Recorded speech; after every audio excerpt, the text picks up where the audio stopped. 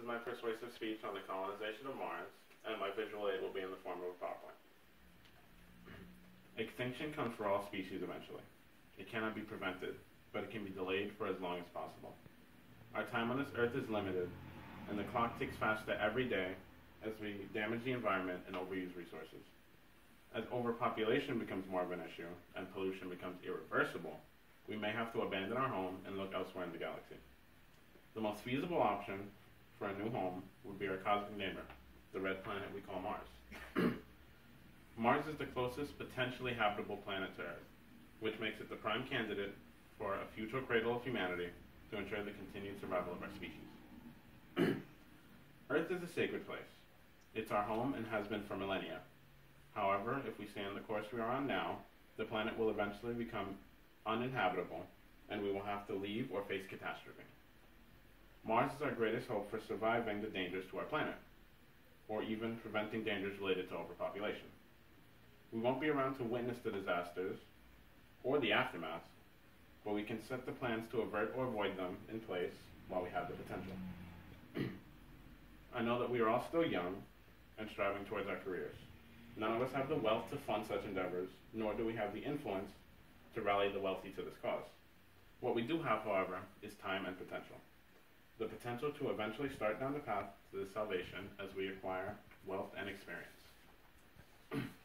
Global warming, pollution, and natural disasters are all threats to the planet and our continued survival as a species. Most of these threats have already caused irreversible damage and will only continue to do so over time. Global warming is the gradual increase in the overall temperature of the Earth's atmosphere, generally attributed to the greenhouse effect. That is, the trapping of the sun's warmth in a planet's lower atmosphere due to greater transparency of the atmosphere to visual radiation from the sun than to infrared radiation emitted from the planet's surface. This definition comes directly from the dictionary. Global warming was mostly caused by extensive use of fossil fuels and the release of carbon dioxide, chlorofluorocarbons, and other pollutants into the atmosphere. According to NASA's climate change site, carbon dioxide levels are at the highest they've been in 650,000 years. Global temperature is up 1.8 degrees Fahrenheit since 1880, and 17 of the 18 warmest years recorded were these past 17 years. Unless governments attempt to change the entire infrastructure of society and how we acquire energy, which they won't, global warming will continue to be an imminent threat to the world ecosystem and, by extension, our survival on this planet. Hand in hand with global warming is the issue of pollution. We humans have been polluting the planet on a consistent basis since the industrial era. Almost 200 years of poisoning the environment cannot be undone before the effects become too great to ignore. Whether directly or indirectly, pollution affects over 100 million people. According to a secondary source, DoSomething.org, in 1975, the National Academy of Sciences estimated that ocean-based sources, such as cargo ships and cruise liners, had dumped 14 billion pounds of garbage into the ocean. That was 43 years ago. Pollution rates have only increased since then, as corporations continue to illegally dump their waste to avoid the cost of recycling or proper removal. Every year, 1.2 trillion gallons of untreated sewage, stormwater, and industrial waste are dumped into bodies of water in the U.S. alone. Admittedly, pollution directly kills animals far more than humans. As more and more species die out, however, the ecosystem will lose balance and eventually collapse. In terms of human fatalities, though, air pollution causes 1 in 8 deaths. According to web.unep.org, it accounts for about 1/3 of deaths from stroke, chronic respiratory disease, and lung cancer, as well as 1/4 of deaths from heart attack. Ground-level ozone, produced from the interaction of many different pollutants in sunlight, can also trigger asthma and chronic respiratory illnesses. While governments and organizations around the world have been making efforts to reduce pollution, they cannot reduce the effects that our pollution has caused to the earth and the ecosystem already. Natural disasters are unavoidable facts of life here on Earth. While we strive to build our legacy here, nature often has plans to tear our creations down and relocate us. Not only are we usually powerless to stop disasters, they occur rather frequently. For example, in 2012, there were 905 natural catastrophes worldwide, including severe storms, droughts, tornadoes, earthquakes, floods, hailstorms, wildfires, and hurricanes. According to Time.com, natural disasters had caused 600,000 deaths in 20 years by 2015. Efforts to minimize the damage done by disasters, such as hurricanes and earthquakes, are often expensive and at times all for naught. The hurricane will still bowl over the island, and the earthquake will still rock the city, regardless of the precautions in place. There is no way to avoid natural disasters if we are on this earth. Notice the connection between the issues I just outlined? They're all Earth-specific factors. There are problems that have continued for too long due to our presence and dominance on this planet, or are simply beyond our control. Since all these issues persist only on Earth, I offer a solution. I agree with those of the scientific community who believe that we should look elsewhere in the solar system to alleviate these issues. We should look to colonize Mars. Our neighbor in the solar system, the red planet known as Mars, is the best starting point for our species' expansion into the cosmos. It is the closest planet to us that is not completely inhospitable. Venus is closer, but the conditions there would not allow for any life. Mars, however, has long been considered a likely candidate to have once harbored its own life. The planet was also proven to have once had liquid water on its surface in addition to the solid ice it has now. Global warming and pollution were problems caused by reckless resource mismanagement over our time as an industrial society. We have spent so much time on our Earth slowly poisoning it and using up all the resources. Mars would be a new frontier, an entire planet yet untainted by our ever-increasing needs and desires. This may seem a bit obvious, but most of the natural disasters on Earth are water-based. Mars lacks the massive bodies of water that are necessary, yet often so dangerous.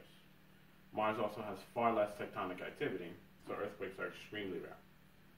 So rare that we have not recorded any seismic activity in recent times. Now, while I have been advocating Mars as a perfect paradise, I do admit that there are some flaws and a few technological advances required before we can go through with this dream. Mars is a rather barren wasteland as it is. It was more like Earth in the distant past, but has since taken to its own identity. I mentioned previously that natural disasters on Mars are a seemingly non-factor.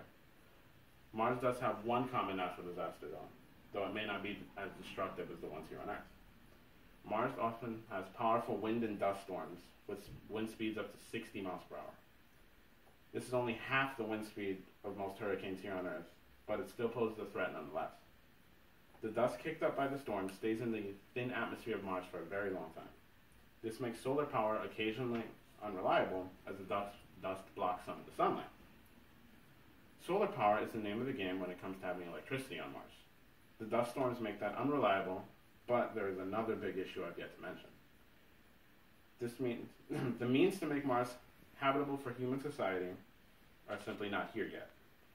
Technology is not yet advanced enough to adjust the atmospheric pressure and composition to have a breathable atmosphere. Beyond that, there is also the issue of temperature. Mars is much, much colder than Earth, averaging at a temperature of negative 81 degrees Fahrenheit as opposed to Earth's 57 degrees Fahrenheit. I know those last points may dissuade you from believing in the colonization of Mars. After all, if the technology isn't advanced enough, why should we care? Well, if you are asking yourself that, then I implore you to indulge me and envision what could very well be once the technology is adequate. All the changes we would have to make for Mars to be truly habitable and a suitable home for humanity would fall under the category of terraforming.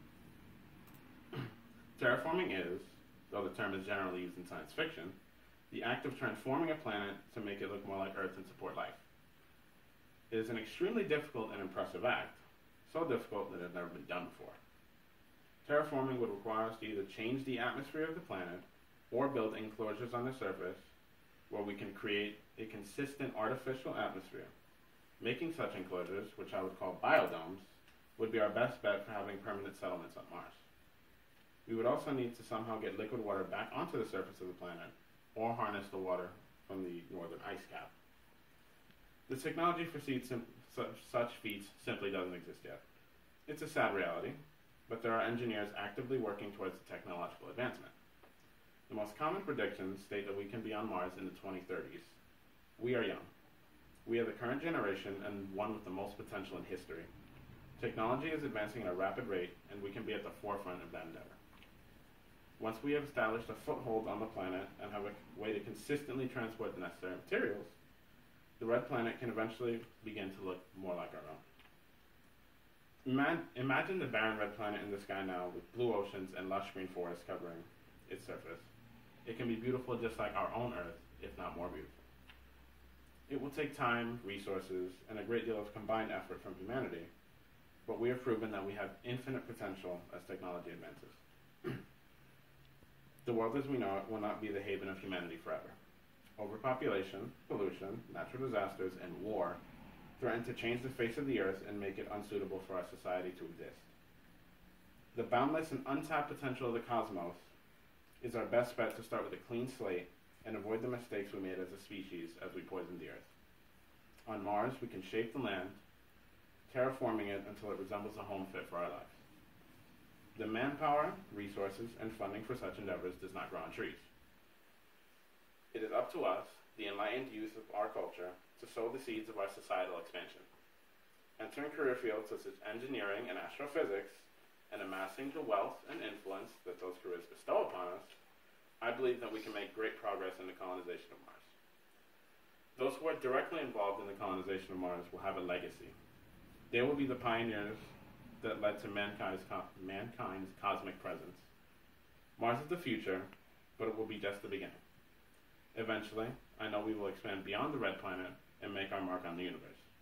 We humans have infinite potential, and though we did not use it to the fullest on our own Earth, we can do right by any future homes. It all begins with Mars.